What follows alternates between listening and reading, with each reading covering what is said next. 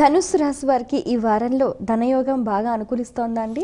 ఇక్కడ 4 గ్రహాలు సహకరిస్తున్నాయి. ప్రధానంగా 3వ రాశిలో రవి, కేతువులు, షష్ఠంలో చంద్రుడు, అలాగే చతుర్థ ఉచ్చగతుడైనటువంటి శుక్రుడు. విజయావకాశాలు అధికంగా ఉన్నాయి. నైపుణ్యాన్ని ప్రదర్శించండి. ఏలినాడు శని దోషం ఉన్నప్పటికీ కూడా అనుకున్న సత్ఫలితం శుక్రగ్రహ ఉచ్చయోగం వల్ల పడుతుంది. మనోభీష్టం నెరవేరుతుంది. సౌభాగ్యవంతమైన జీవనం కొనసాగుతుంది.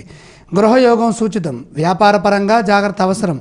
ఉద్యోగంలో చికాకులు రాకుండా ముందుగానే తయారయ్యి ఏ పని ఎప్పుడు చేయాలో సకాలంలో పనిచేయటం, బద్ధకం రాకుండా ఉండటం, ఉద్యోగంలో మంచి పేరు తెచ్చుకునే విధంగా వ్యవహరించండి. అధికారుల నుండి ఒత్తిడి ఉన్నది.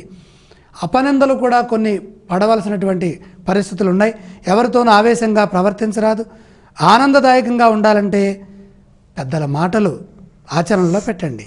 సంస్కారవంతమైన పని వల్ల, పనితనం వల్ల అధికార పరిధి మరింతగా పెరుగుతుంది. పదే పదే ఆలోచనల్ని మార్చకుండా ఒకే ఆలోచన విధానంతో ఈ వారమంతా ముందుకు సాగండి. ధైర్యంగా మంచి నిర్ణయం తీసుకోండి. ఇబ్బందుల్ని అధిగమించే విధంగా కాలం గోచరిస్తుంది. ఈ రాశి వారు పఠించవలసిన స్తోత్రాలు ఏమండి?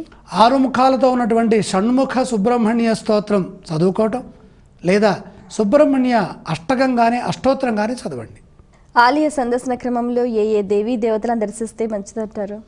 ప్రధానంగా సుబ్రహ్మణ్య స్వామి వారి దర్శనంతో పాటుగా ఏదైనా కొంచెం చిన్న పూజ, లేదా సుబ్రహ్మణ్య స్వామి వారికి అభిషేకం, అర్చన, లేదా కనీసం ఒక ఫలం నైవేద్యమైన సమర్పిస్తే శాంతి జరుగుతుంది. ఈ రాశి వారు చేయవలసిన దానాలు ఏవండి? ఇక్కడ పంచమ సుబ్రహ్మణ్య దోషం కనపడుతోంది కనుక కుజప్రీతిగా కందులు దానం చేయండి.